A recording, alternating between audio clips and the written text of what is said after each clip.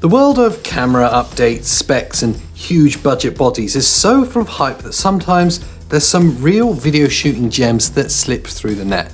Top of that pile in the sub $1,000 price point is the Fujifilm X-S10, which is easily the best video shooter for under $1,000 this year, and I'm going to show you why.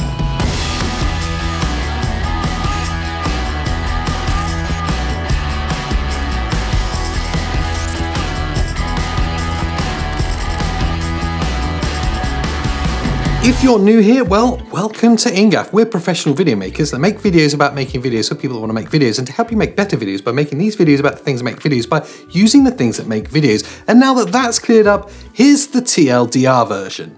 The Fujifilm X-S10 is the best cheap camera for video on the market right now.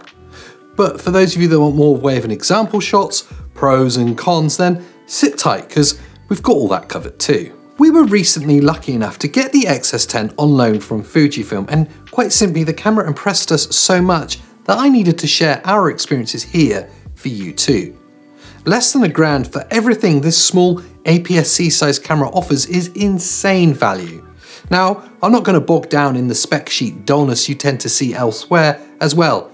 You tend to see that elsewhere. For this, I'm just going to jump into showing you what this camera is like to use, to show you some footage and talk about the good and the bad bits of my experience. So without further waffle, let's get to those good bits.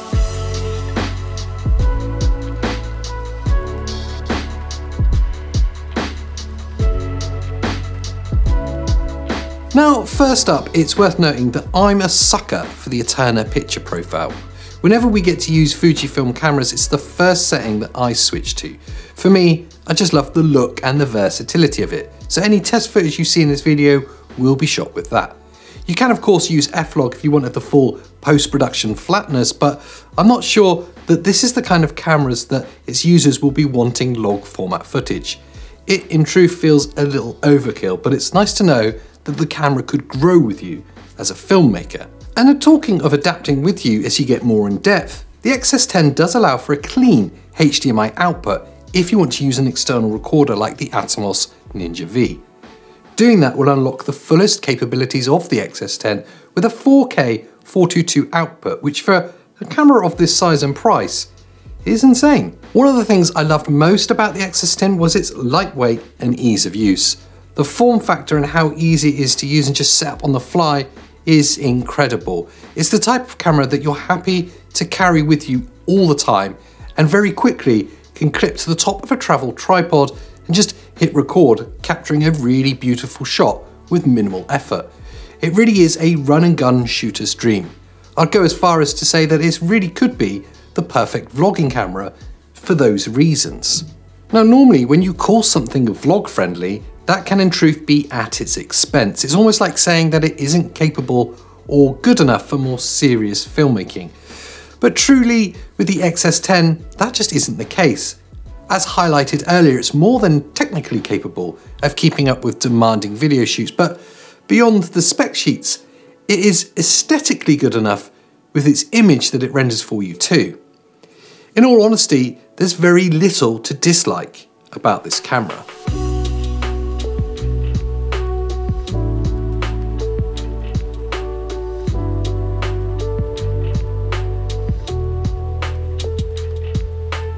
Fujifilm's IBIS system is next level. If anyone has used the bigger brother to this camera, the X-T4, or maybe even their medium format GFX100S, will know how good it is. It enables handheld shooting as a viable and almost encouraged format, which in a small APS-C sized body isn't the norm. However, it is probably one of the key sticking points with this camera in general too. You will have to disable it if you want to film any tripod, gimbal, or movement shots, as the IBIS jitters are shot ruining if you don't. It's a setting I was so frequently reaching for that I actually wish there was a button or programmable shortcut to switch it off. There's other small points that niggled with the camera, but none enough to put me off it as an investment.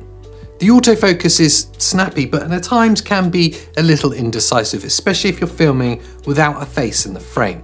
Also, lower light performance isn't the best, with noticeable noise at the higher ISO settings, but in truth, We're using a sub £1,000 APS-C size camera, so really that is to be expected. I know I've said it a few times, but less than £1,000 for this camera seems almost too good to be true. From my time with it, I would comfortably recommend it for any newer video shooters or even those looking for a second camera in their setup. It's easy enough to use to make it good for vloggers, but capable enough to use to keep up with more demanding filmmakers. Truly, it's a mini Fujifilm X-T4 that really punches anything else in its price point out of the water.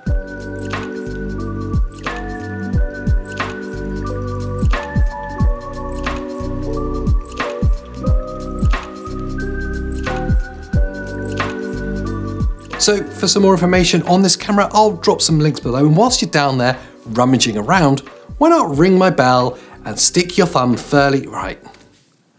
Pete, you mess this every time. I'm gonna read it every time. Unbelievable. We were recently lucky enough to think like this. Filming on your own makes you go insane. That's